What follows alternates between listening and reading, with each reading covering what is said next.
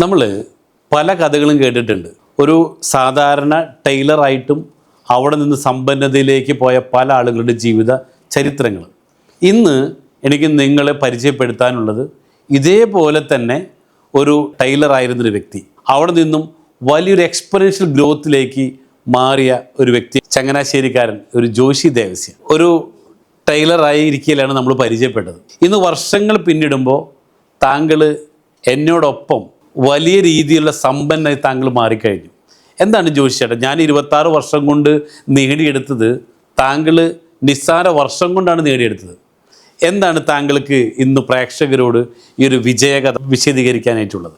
Sir പറഞ്ഞതിൽ ചില തിരുത്തുകൾ എനിക്കൊന്ന് ആദ്യം പറയാനുണ്ട്. ഒരിക്കലും ഒരു ടൈലർ എന്ന് പറഞ്ഞാൽ അത്യാവശ്യം ജീവിച്ചു പോകാം എന്നുള്ളതല്ലാതെ ഒരിക്കലും ഒരു സമ്പന്നരായിട്ട് നമ്മൾ മനസ്സിലാക്കിയിട്ടില്ല. അല്ലെങ്കിൽ വലിയ ഷോപ്പുകളൊക്കെ തുടങ്ങി അതുപോലെ ആൾക്കാരെയൊക്കെ വെച്ച് അങ്ങനെ ചെയ്യുന്ന, അവിടെ അത് ബിസിനസ്സാണ്, ഒരു ടൈലർ അല്ല, ഒരു ബിസിനസ് രീതിയിലേക്ക് ഇതിനെ കൊണ്ടുവന്നാൽ മാത്രമാണ് ടൈലറിൽ നിന്നും ഒരു സമ്പന്നനാകാൻ വേണ്ടി പറ്റത്തുള്ളൂ. എന്നെ സംബന്ധിച്ചോളം ഈ ടൈലർ മേഖല തിരഞ്ഞെടുക്കാനായിട്ടുള്ള കാരണം, അന്ന് എന്നെ ഈ തയ്യൽ പഠിപ്പിക്കാൻ വേണ്ടിയിട്ട് എൻ്റെ ഫാദർ എന്നെ വിടുമ്പോൾ എൻ്റെ ഫാദറിൻ്റെ ഒറ്റ ഒരു കാഴ്ചപ്പാടായിരുന്നു, മനുഷ്യൻ ഉള്ള കാലം മുഴുവൻ ഏതായാലും വസ്ത്രം ഉപയോഗിക്കണം, പിന്നെ വെയിൽ കൊള്ളണ്ട, മഴ നനയണ്ട, എൻ്റെ മക്കള് സുഖമായിട്ട് എവിടെ ഇരുന്ന് പണി തയ്യലും കിട്ടും. അതോടൊപ്പം തന്നെ എൻ്റെ വീട്ടിലെ തയ്യലിനൊരു പാരമ്പര്യമുണ്ട്. എൻ്റെ പെങ്ങള് തയ്യലായിരുന്നു, എൻ്റെ ചേട്ടൻ തയ്യലായിരുന്നു, അങ്ങനെ എൻ്റെ അങ്കിള് തയ്യലായിരുന്നു.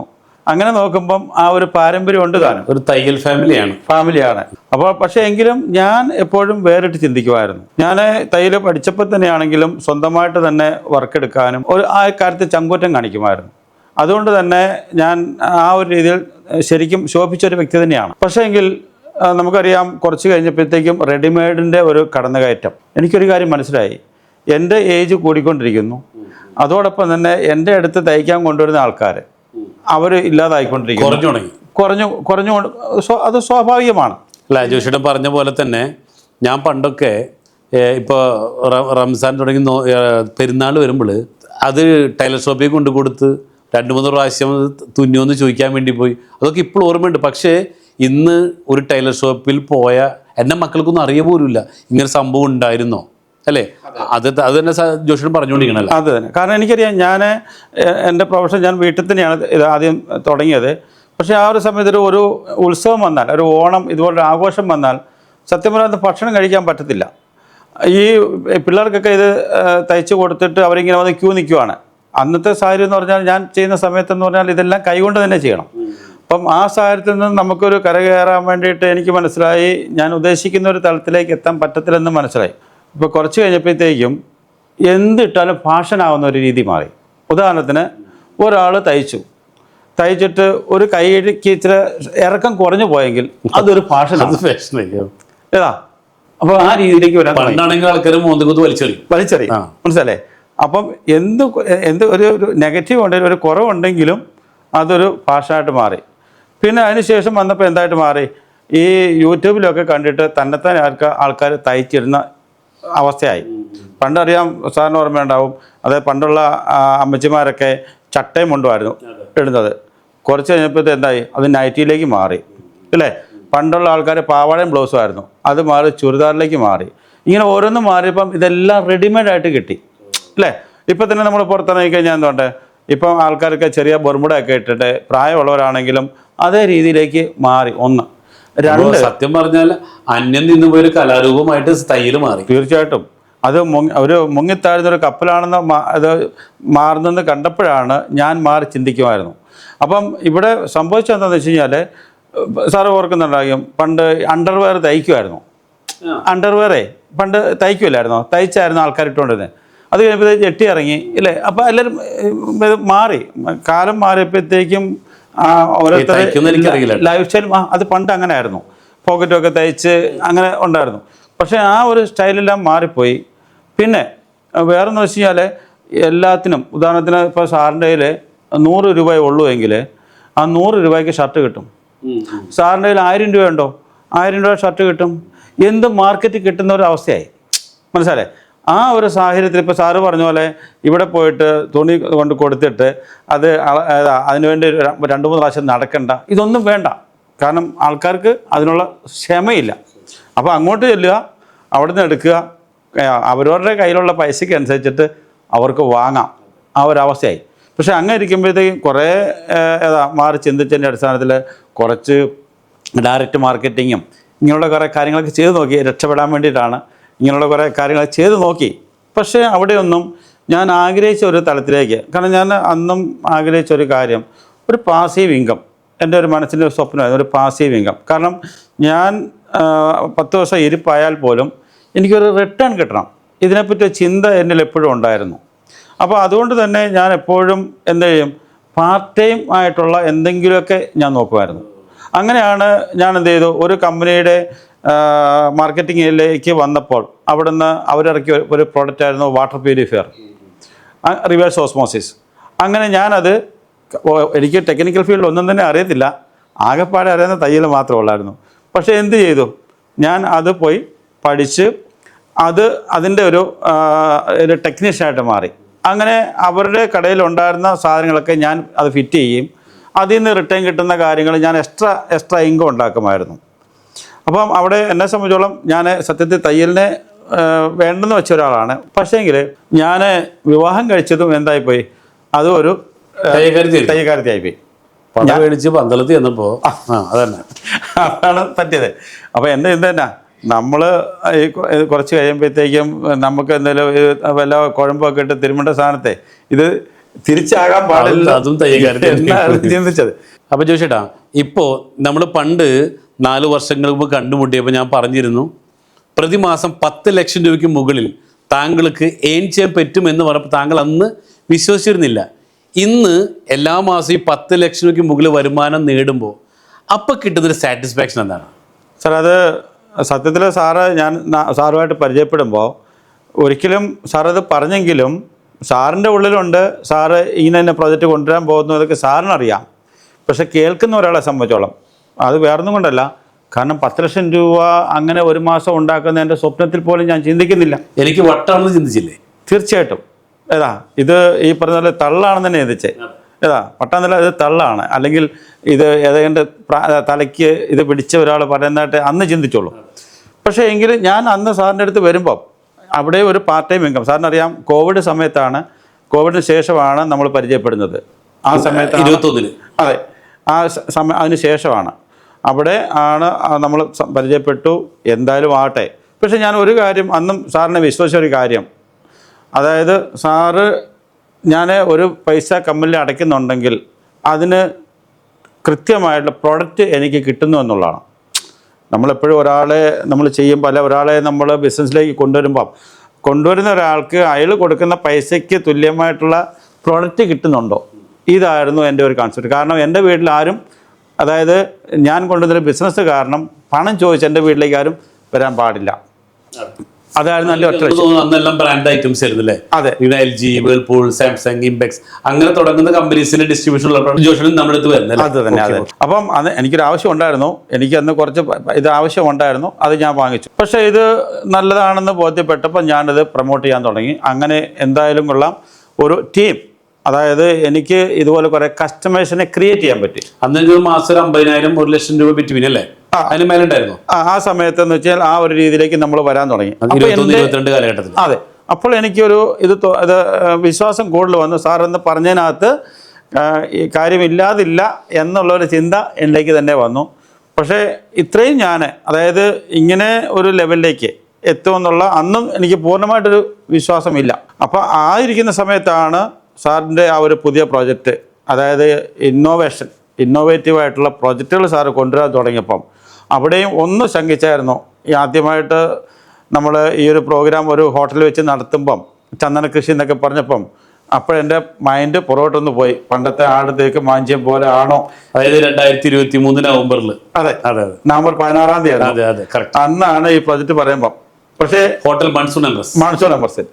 പക്ഷേ അതെ, അവിടെ പക്ഷേ എങ്കിലും ഞാനും അന്ന് ഒരു ടോക്കൺ കൊടുത്തു, സാറിന് ഒരു ടോക്കൺ തന്നു. കാരണം വേറൊന്നും കൊണ്ടല്ല, സാർ ഒരു കാര്യം കൊണ്ടുവരുന്നുണ്ടെങ്കിൽ അതിനെ ഞാൻ വിശ്വസിച്ചു പൂർണ്ണമായിട്ട്. എൻ്റെ അതുവരെയുള്ള അനുഭവത്തിൽ നിന്ന് എനിക്ക് മനസ്സിലായി, സാർ എന്തെങ്കിലും കൊണ്ടുവരുന്നുണ്ടെങ്കിൽ വെറുതെ കൊണ്ടുവരില്ല, അതിൻ്റെ പിന്നെ ചില ഉദ്ദേശങ്ങൾ ഉള്ളതുകൊണ്ടാണ് കൊണ്ടുവരുന്നത് എന്നെനിക്ക് മനസ്സിലായത്. അതെ അതെ. ഇന്ന് എന്നെ മാത്രമല്ല എന്നിലൂടെ കൊണ്ടുവന്ന പല ആൾക്കാർക്കും നല്ല രീതിയിലൊരു വരുമാനം മേടിക്കാനും അതിനേക്കാൾ ഉപരി ഈ പ്രോജക്റ്റുകളുടെയൊക്കെ സാറ് കൊണ്ടുവന്നിരിക്കുന്ന പ്രോജക്റ്റുകളുടെയൊക്കെ പാർട്ടായി തീരുവാൻ, അതിനകത്തൊരു ഭാഗമായി തീരാൻ, ഒരു ഓണറായി തീരാൻ എനിക്ക് സഹായിച്ചു. അതോടൊപ്പം തന്നെ വയനാട്ടിലെ റിസോർട്ടുകൾ. അല്ല, എനിക്ക് താങ്കളോട് ഏറ്റവും കൂടുതൽ റെസ്പെക്റ്റ് അതാണ് കേട്ടോ. നമ്മൾ കണ്ടുമുട്ടിയപ്പോൾ തന്നെ അന്ന് ചെയ്തിരുന്ന ഇ-കൊമേഴ്സ് കമ്പനിയുടെ പ്രൊഡക്റ്റുകൾ അത് ജോഷിയേട്ടൻ നല്ല രീതിയിൽ വാങ്ങുന്നു, അത് വിൽക്കുന്നു.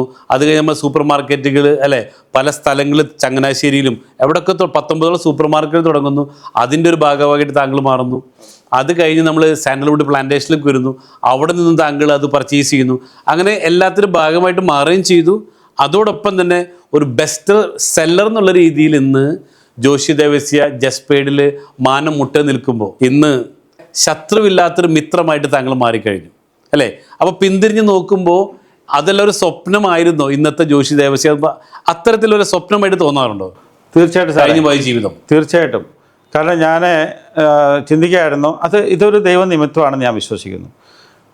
സാറിനെ കണ്ടുമുട്ടാനും ഇത് എനിക്ക് തന്നെയല്ല, എനിക്ക് പല ആൾക്കാരിലേക്കും വെളിച്ചം വീശാൻ, അതായത് സാറിനറിയാം എൻ്റെ കൂടെ നിൽക്കുന്ന ആൾക്കാർക്കൊക്കെ അവർ നമ്മളോട് കാണിക്കുന്ന ആ ഒരു ആദരവ് അല്ലേ, ഇല്ലെങ്കിൽ ഒരിക്കലും ഞാനെന്ന് പറയുന്ന വ്യക്തിയെ ഈ രീതിയിൽ അറിയപ്പെടുന്നില്ല. ഇപ്പോൾ റിസോർട്ടിൽ എത്രമായിട്ടുണ്ട് നമ്മളിൽ? എത്ര പാർട്ണർഷിപ്പ് ഉണ്ട് റിസോർട്ടിൽ? ഞാൻ 6 റിസോർട്ടിനകത്ത് പാർട്ണർഷിപ്പ് എടുത്തിട്ടുണ്ട്. ഒരു റിസോർട്ട് ഞങ്ങൾ ഒരു 11 പേര് കൂടി ഫുള്ളായിട്ട് എടുത്തിട്ടുണ്ട്. നമ്മുടെ ഫാം ടൂറിസത്തിനകത്ത് ഞാൻ ഷെയർ എടുത്തിട്ടുണ്ട്. അതോടൊപ്പം തന്നെ നമ്മുടെ കമ്പനിയുടെ പ്രൊജക്റ്റുകൾക്കകത്ത് ഞാൻ ഇൻവെസ്റ്റ് ചെയ്തിട്ടുണ്ട്. ഞാൻ ബിഫോർ ജസ്പേഡ് ജോഷിയായിട്ടുള്ള ഇൻവെസ്റ്റ്മെന്റ് എത്ര ഉണ്ടായിരുന്നു? ബിഫോർ ജസ്പേഡ് ആൻഡ് ആഫ്റ്റർ ജസ്പേഡ് ബിഫോർ എത്ര ഉണ്ടായിരുന്നു? Before zero sir. Big zero. ഇപ്പൊ പിന്തിരിഞ്ഞ് നോക്കുമ്പോൾ എത്ര കോടി അസറ്റിന്റെ മുതലാളിയാണ് നിങ്ങൾ? തീർച്ചയായിട്ടും സാർ. അല്ലേ? അത് മാത്രമാണോ? എപ്പോഴും നമ്മളെപ്പോഴും പറയും നമ്മളുണ്ടാക്കിയ സ്വത്തൊക്കെ നശിച്ചു പോയാലും നമ്മുടെ കൂടെ എത്ര പേരുണ്ട്. ആ നിലയ്ക്ക് താങ്കൾക്ക് അഭിമാനിക്കാം. ഇന്ന് ഏകദേശം എനിക്ക് തോന്നുന്നു ഏകദേശം 500 പേരെ നയിക്കുന്ന ഒരു വലിയ ലീഡറായിട്ട് താങ്കൾ മാറിക്കഴിഞ്ഞു. അതെ സാർ, അതിനകത്ത് വളരെയധികം ആത്മാഭിമാനമുണ്ട്. കാരണം അത് അനുഭവിക്കുമ്പോഴേ അറിയത്തുള്ളൂ. ഇപ്പം ഞാൻ പലപ്പോഴും ചിന്തിക്കാറുണ്ട്, ഞാൻ ഈ ഇത്രയും ആൾക്കാർ ഒരു ലീഡറായിട്ട് അത്രയും ആൾക്കാർക്ക് വെളിച്ചം വീശിയപ്പോൾ സാറിൻ്റെ മനസ്സിൻ്റെ സന്തോഷത്തെ ഞാൻ പലപ്പോഴും ചിന്തിക്കാറുണ്ട്. കാരണം ഇത്രയും ആൾക്കാർക്ക് ഈ ഒരു അവസരം കാണിച്ചു കൊടുത്ത അല്ലേ, അത് വലിയൊരു അവസ്ഥയാണ്. അത് ആ ആൾക്കാർക്ക്, അതായത് അവരുടെ നമുക്കറിയാം വരാൻ പോകുന്ന സമൂഹത്തിൽ വലിയൊരു ദാരിദ്ര്യം വരാൻ പോകുമ്പം ആ ദാരിദ്ര്യത്തിൽ നിന്ന് കരകയറ്റാനായിട്ട് സാറ് കൊണ്ടുവന്ന ഈ പ്രോജക്റ്റും സാറിൻ്റെ ആ വലിയ മനസ്സും, അതിനെ ഞാൻ പലപ്പോഴും ചിന്തിക്കാറുണ്ട് സാറിൻ്റെ സന്തോഷം എത്രയായിരിക്കുമെന്ന് അല്ലേ. അല്ല ജോഷിട്ടാ, സന്തോഷത്തെക്കാൾ ഉപരി ഇപ്പം പറഞ്ഞു നമ്മൾ 2023 സാൻഡൽവുഡ് പ്ലാന്റേഷൻ കൊണ്ടുവന്നപ്പോൾ പലരും പറഞ്ഞു ഇതെന്തോ പുതിയ തട്ടിപ്പിലേക്കാണ്, ഇവന് പ്രാന്താണ്, തലക്ക് വെളിയില്ല, എന്തൊക്കെയോ ആളുകൾ പറയും, നിങ്ങൾക്ക് തന്നെ അറിയാലോ. പക്ഷെ അതിനൊക്കെ മറികടക്കാൻ പറ്റിയ അത്രയും കഷ്ടപ്പാടുകൾ സഹിച്ച് ഇവിടെ എത്തി നിൽക്കുമ്പോൾ ഇന്ന് എത്ര പേരെ ജീവിതത്തിലാണ് നമ്മൾ വെളിച്ചം വീശിയത് അല്ലേ? ചില്ലറയാണോ? ഇപ്പോൾ കഴിഞ്ഞ ദിവസം നമ്മൾ കോട്ടേജിൻ്റെ ഒരു റെൻറ്റ് അഡ്വാൻസ് എനിക്ക് 1500 മേലെ ആളുകളുടെ അക്കൗണ്ടിലേക്കാണ് പണം പോയത്. അപ്പോൾ ഇതൊക്കെ കാരണക്കാരായിട്ട് താങ്കൾക്കും കൂടെ ആ കിട്ടിയൊരു റെപ്യൂട്ടേഷൻ ഉണ്ടല്ലോ അല്ലേ.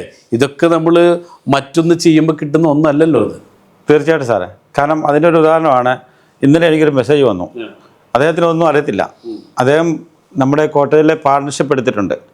അദ്ദേഹം പ്രൊജക്റ്റിൽ അല്ലാതെ പാർട്ണർഷിപ്പ് എടുത്തിട്ടുണ്ട്, നമ്മുടെ LLP ഇട്ടിട്ടുണ്ട്.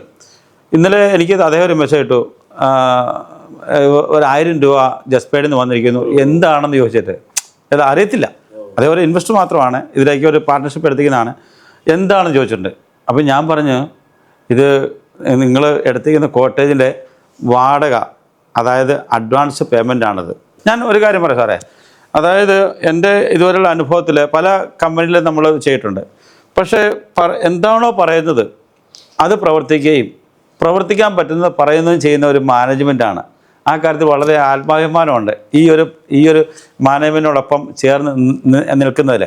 അതിനേക്കാൾ ഉപരി ഞാൻ സാറുമായിട്ട് പരിചയപ്പെടുമ്പോഴത്തേക്കും ഞാൻ ഇതിനകത്ത് സ്റ്റിക്ക് ഓൺ ചെയ്ത് ഇതൊരു കോഴ്സായിട്ട് ഏറ്റെടുത്ത്. സാർ ഓർക്കുന്നുണ്ടോ? അതെ അതെ, ഇതൊരു 5 വർഷത്തെ ഒരു കോഴ്സായിട്ടാണ് ഞാനിത് ഏറ്റെടുക്കുന്നത്. 5 വർഷം പൂർത്തിയാകാൻ പോകുന്നതേ ഉള്ളൂ. എന്ന് പറഞ്ഞാൽ ഒരു വിദ്യാർത്ഥിയെ പോലെ ഇരുന്ന് സാറിൻ്റെ ക്ലാസ്സുകളിൽ ഇരുന്ന് ബുക്കും പേനായും എടുത്ത് ആ പറയുന്ന കാര്യങ്ങൾ നോട്ട് ചെയ്ത് പഠിച്ചതിൻ്റെ ഒരു റിസൾട്ടാണ് ഇപ്പോൾ കിട്ടിക്കൊണ്ടിരിക്കുന്ന സ്റ്റൈഫൻഡെന്ന് ഞാൻ പറയത്തുള്ളൂ. അതായത് ഇപ്പോൾ എനിക്ക് കിട്ടുന്നത് ഞാൻ ഇപ്പോഴും പറയും അതെൻ്റെ സ്റ്റൈഫൻഡ് മാത്രമാണ്, എൻ്റെ വരുമാനം വരാൻ പോകുന്നതേ ഉള്ളൂ. അതായത് കേട്ടിരുന്ന പ്രേക്ഷകർ ചിലപ്പോൾ തെറി വിളിക്കും. 10 ലക്ഷം രൂപയ്ക്ക് മേലെ സ്റ്റേറ്റ്മെന്റ് വാങ്ങുന്ന ഇന്ത്യയിലെ ആദ്യത്തെ വ്യക്തി താങ്കളായിരിക്കും ഒരു പക്ഷേ. തീർച്ചയായിട്ടും ഞാൻ ഇത് പറയുന്നതല്ല. ഇപ്പം സാറ് പറഞ്ഞു സാറിൻ്റെ നമ്മുടെ അടുത്ത പ്രോജക്റ്റ് വരുന്നുണ്ടെന്ന് അല്ലേ? അപ്പോൾ ആ വില്ല പ്രോജക്റ്റൊക്കെ അവിടെ ഞാൻ പറഞ്ഞു ഇവിടെ ഞാൻ ആദ്യം വാങ്ങും, ഇതിൻ്റെ പ്ലാൻ ഞാൻ സെറ്റാക്കി കഴിഞ്ഞു, സാറിൻ്റെ കയ്യിൽ താക്കോൽ വാങ്ങും. പക്ഷേങ്കിൽ അവിടെയും എന്തുണ്ട്, അവിടെയും എന്തെങ്കിലും ഒന്നാമനാകാൻ വേണ്ടി എന്തെങ്കിലും ഉണ്ടെങ്കിൽ അത് ഞാൻ ഇപ്പോൾ സെറ്റാക്കിക്കൊണ്ടിരിക്കുക.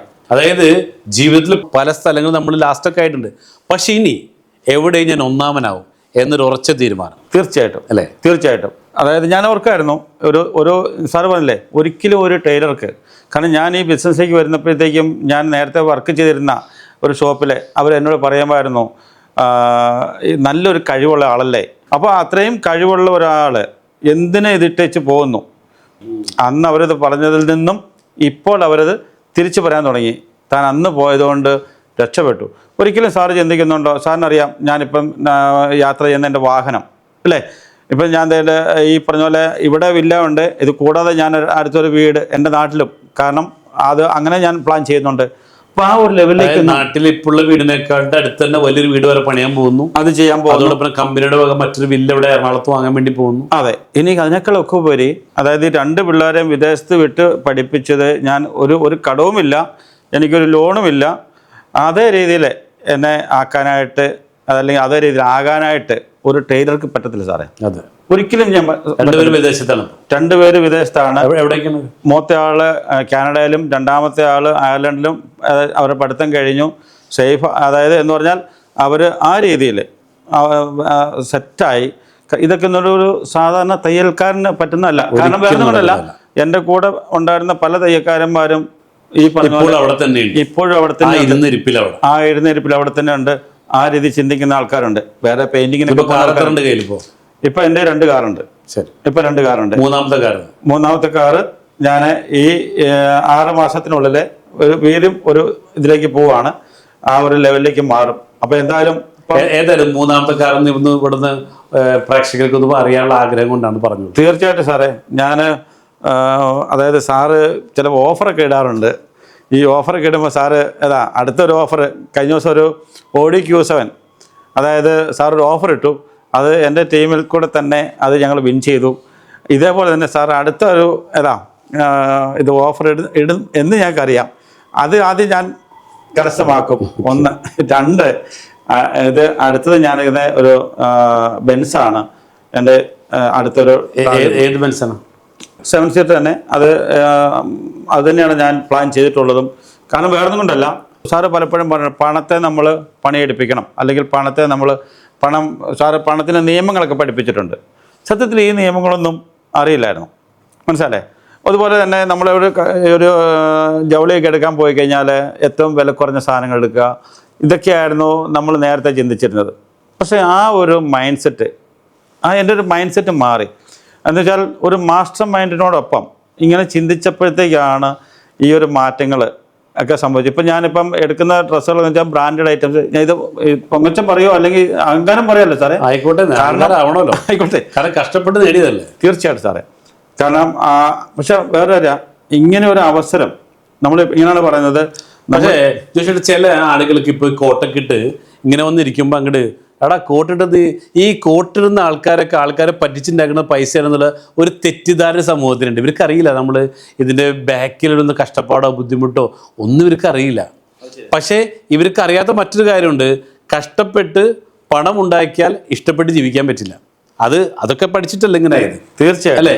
കോട്ടിട്ട് തന്നെ പൈസ ഉണ്ടാക്കണം, അപ്പോഴാണ് അത് ഇഷ്ടപ്പെട്ട് അതായത് കൂടുതൽ പണം ഉണ്ടാക്കണമെങ്കിൽ കോട്ടിട്ടേ പറ്റൂ. ശരിയല്ലേ? തീർച്ചയായിട്ടും. അതുകൊണ്ട് തന്നെ കോട്ടിന്റെ എണ്ണം കോട്ടിന്റെ എണ്ണം കൂടിക്കൊണ്ടിരിക്കുന്നു, ഇതെല്ലാം കൂടിക്കൊണ്ടിരിക്കുകയാണ്. ഇനിയിപ്പം അതുകൊണ്ട് തന്നെ നമ്മളുടെ ആ മൈൻഡ് സെറ്റും മാറി. നമ്മൾ ഇപ്പോൾ സാറ് പഠിപ്പിക്കുന്ന പോലെ ലൈഫ് ഹാപ്പൻസ് മീ എന്ന് പറയുന്ന ആ ഒരു ലെവലിലേക്കും ഒക്കെ നമ്മൾ പോകേണ്ടതുണ്ട്. അപ്പം ആ മറ്റുള്ളവരെ സഹായിക്കാൻ സാറ് പറയുന്നില്ലേ, അതായത് സമ്പന്നർ പൈസ ഉണ്ടാക്കുന്ന കഞ്ഞി കുടിക്കാനല്ല അല്ലേ, മറ്റുള്ളവരെ സഹായിക്കണം. മറ്റുള്ളവരെ സഹായിക്കാൻ വേണ്ടിയിട്ടാണെങ്കിലും നമ്മുടെ കയ്യിൽ ഉണ്ടെങ്കിലാണ് മറ്റുള്ളവരെ സഹായിക്കാൻ പറ്റുന്നത്. വേറൊന്നല്ല, എൻ്റെ ഇൻകം ഡെയിലി ഇൻകമാണ്. ഇപ്പോൾ സാറ് പറയുന്ന പോലെ ഒരു കുളത്തിലേക്ക് വല്ലപ്പോഴും മഴ പെയ്ത് കഴിഞ്ഞാൽ അവിടെ വെള്ളം കാണത്തില്ല. പക്ഷേ സ്ഥിരമായിട്ട് മഴ പെയ്താലോ ഈ കുളത്തിൽ എപ്പോഴും വെള്ളം കാണും. അല്ല, സാധാരണ ജോലിക്കാർക്ക് സംഭവിക്കുന്ന തെറ്റതാണ്. ഇവർക്ക് മാസത്തിൽ ഒരു പ്രാവശ്യം കിട്ടുന്ന ശമ്പളം വല്ലപ്പോഴും മഴ പെയ്യുന്ന ഒരു കുളത്തിലേക്ക് വല്ലപ്പോഴും മഴ പെയ്താൽ അത് പറ്റിപ്പോവും. പക്ഷെ അതേസമയം ബിസിനസ്സുകാർ എങ്ങനെ വീണ്ടും സമ്പന്നനാവണത്? അവരെ കുളത്തിലേക്ക് എല്ലാ ദിവസവും മഴ പെയ്യുമ്പോൾ ആ വെള്ളം അവിടെ കെട്ടി നിൽക്കും, അവർ സമ്പന്നരായിട്ട് മാറും. അതൊക്കെ കറക്റ്റ് ചെയ്ത് ക്യാച്ച് ചെയ്തിട്ട് അത് ഫോളോ ചെയ്ത് താങ്കൾ പോകുമെന്ന് പറയുന്നതിൽ വളരെ സന്തോഷമുണ്ട് കേട്ടോ. തീർച്ചയായിട്ടും. അതായത് സാറിൻ്റെ ആ ക്ലാസ്സുകൾ അത് പറഞ്ഞറിയിക്കാൻ പറ്റില്ല. സാറിൻ്റെ ക്ലാസ്സുകൾ ആരെങ്കിലും കേട്ടിട്ടുണ്ടെങ്കിൽ അവരതിനെ ഒന്ന് ഫോളോ ചെയ്താൽ ഉറപ്പായിട്ട് പറയാം അവരുടെ മൈൻഡ് സെറ്റ് മാറും, അവർ സമ്പന്നതയിലേക്ക് വരും. അത് നമ്മൾ ചിന്തിക്കാത്ത കാര്യമാണ്. കാരണം എൻ്റെ തലമുറയിൽ അല്ലെങ്കിൽ എൻ്റെ വീട്ടിൽ എൻ്റെ മുമ്പുള്ള ആൾക്കാരൊന്നും പട്ടികയിലേക്ക് വന്നിട്ടില്ല, അവരങ്ങനെ മാറി ചിന്തിക്കുന്നില്ല. അപ്പോൾ ഇത് നമ്മൾ ഇത് പറയുമ്പോൾ ചില ചിന്തിക്കുന്നതന്നെ അറിയാം, ഇത് ജോഷാന് പറ്റും, ജോഷാന് പറ്റും, അത് ഞങ്ങൾക്ക് പറ്റത്തില്ല, ഇങ്ങനെ ചിന്തിക്കുന്ന ആൾക്കാരുണ്ട്. പല അവസരങ്ങളും നമ്മൾ കൊടുക്കുമ്പോൾ അവരങ്ങനെ ചിന്തിക്കുന്ന ആൾക്കാരുണ്ട്. ആദ്യമൊക്കെ പറയുന്നു ഇങ്ങനെ പിന്നെ പറയുമായിരുന്നു അവരോട്. പക്ഷേ ഇപ്പോൾ എന്ത് ചെയ്യുന്ന അവർ കണ്ട് മനസ്സിലാക്കാൻ തുടങ്ങി എൻ്റെ ഈ പറഞ്ഞ ഉയർച്ച. ഇപ്പോൾ കഴിഞ്ഞ ദിവസം ഞാൻ ഒരു ചെന്നപ്പോഴത്തേക്ക് കുറച്ച് ഒരു ചെറിയതാണ് തേങ്ങ, അത് ഇന്നടുത്ത് കൊടുക്കാൻ വേണ്ടിയിട്ട് എൻ്റെ തന്നാണ്. അപ്പോൾ ഞാൻ ചോദിച്ചു എനിക്ക് ഇല്ലേ എന്ന് ചോദിച്ചു. അപ്പോൾ സ്വാഭാവികം നമ്മൾ ചോദിക്കുന്നതല്ലേ, വേറെ ആൾക്ക് കൊടുക്കാൻ വേണ്ടി തരുന്നു, അവരുടെ തേങ്ങ ഉണ്ട്. അപ്പോൾ ഞാൻ ചോദിച്ചു അവർക്കെല്ലാം കൊടുത്തിട്ട് എൻ്റെ തരുന്നുണ്ടല്ലോ, എനിക്ക് തരാത്ത അല്ലെങ്കിൽ എനിക്ക് തരുന്നില്ലേ? അദ്ദേഹം പറഞ്ഞത്, അതായത് ജോഷിക്ക് ഇപ്പോൾ അതിൻ്റെ ആവശ്യമില്ല, ജോഷി കോടീശ്വരനാണ്. അതാണ് മനസ്സിലായേ? കാരണം അത് അവരെ കൊണ്ട് പറയിച്ചു. ഞാൻ എൻ്റെ എന്ന് പറഞ്ഞാൽ അവരങ്ങനെ ചിന്തിച്ച് അവർ മനസ്സിലാക്കി വെച്ചിരിക്കുകയാണ് ഞാൻ കോടീശ്വരനാണ്. ഞാനിത് വേണ്ടിയിട്ട് ചോദിച്ചല്ല, അവരുടെ എന്താണ് അവർ പറയുന്നത് അറിയാൻ വേണ്ടി ചോദിച്ചാണ്. കാരണം ഈ മീറ്റിങ്ങിന് അവർ കയറുന്നുണ്ട്, ഈ പ്രോഗ്രാമിന് അവർ കയറുന്നുണ്ട്, ഇത് കേൾക്കുന്നുണ്ട്. മനസ്സിലായി? അതായത് പണ്ട് നാട്ടിലൊക്കെ ഒരു തയ്യൽക്കാരൻ ജോഷി എന്ന് പറയുന്ന ഒരാൾ ഇന്ന് ഒരു കോടീശ്വരൻ ജോഷി എന്ന ലെവലിലേക്ക് മാറ്റപ്പെട്ട് കഴിഞ്ഞു. തീർച്ചയായിട്ടും. അപ്പോൾ താങ്കൾക്ക് ഇനിയും നമ്മൾ തുടങ്ങുന്നേ ഉള്ളൂ, നമ്മുടെ പ്രൊജക്റ്റുകളല്ല ഇനി. അപ്പോൾ തുടങ്ങുന്നതിന് മുമ്പ് ഇങ്ങനെയാണെങ്കിൽ ഇനി യഥാർത്ഥത്തിൽ ഈ കോഴ്സ് കഴിയുമ്പോൾ എന്തായിരിക്കും അവസ്ഥ? തീർച്ചയായിട്ടും അല്ലേ? അപ്പം എന്തായാലും ഇനിയും കൂടുതൽ വിവരങ്ങളെത്താൻ സർവശക്തനായ ദൈവം നിങ്ങളെ അനുഗ്രഹിക്കട്ടെ എന്ന് ആശംസിക്കുന്നു, പ്രാർത്ഥിക്കുന്നു. എന്തായാലും ഈ ഒരു അവസരം തന്ന സാറിനോടുള്ള നന്ദിയും കടപ്പാടും എപ്പോഴും ഉണ്ടാവും. Okay thank you.